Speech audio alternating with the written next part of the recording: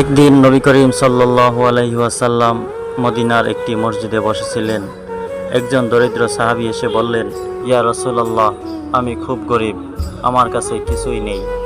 নবী সাল্লাল্লাহু আলাইহি ওয়াসাল্লাম বললেন, তোমার ঘরে কিছু আছে?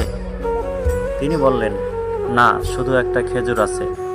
নবী সাল্লাল্লাহু আলাইহি ওয়াসাল্লাম বললেন, তাহলে সেটা নিয়ে এসো। সাহাবী সেই খেজুরটি এনে দিলেন। রাসূল সাল্লাল্লাহু আলাইহি ওয়াসাল্লাম সেটা নিয়ে দু হাত তুলে দোয়া করলেন, হে আল্লাহ, এই খেজুরকে তার জন্য বেহেশতের ফল বানিয়ে দাও। কিছুক্ষণ পর এক ধনী সাহাবী মসজিদে এলেন।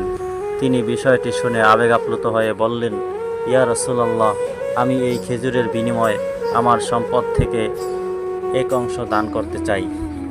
নবী করিম সাল্লাল্লাহু আলাইহি ওয়াসাল্লাম বললেন, তুমি যদি চাও তা করতে পারো, তবে জেনে রেখো, এক খেজুরও যদি আল্লাহর সন্তুষ্টির জন্য দেওয়া হয়, তা পাহাড় সমান সওয়াব নিয়ে আসতে পারে।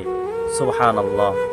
অতএব দিনী ভাই ও বোনেরা, এই গল্প থেকে আমরা শিখতে পারি যে সম্পদের পরিমাণ নয়, নিয়ত ও আন্তরিকতাই আল্লাহর কাছে সবচেয়ে গুরুত্বপূর্ণ।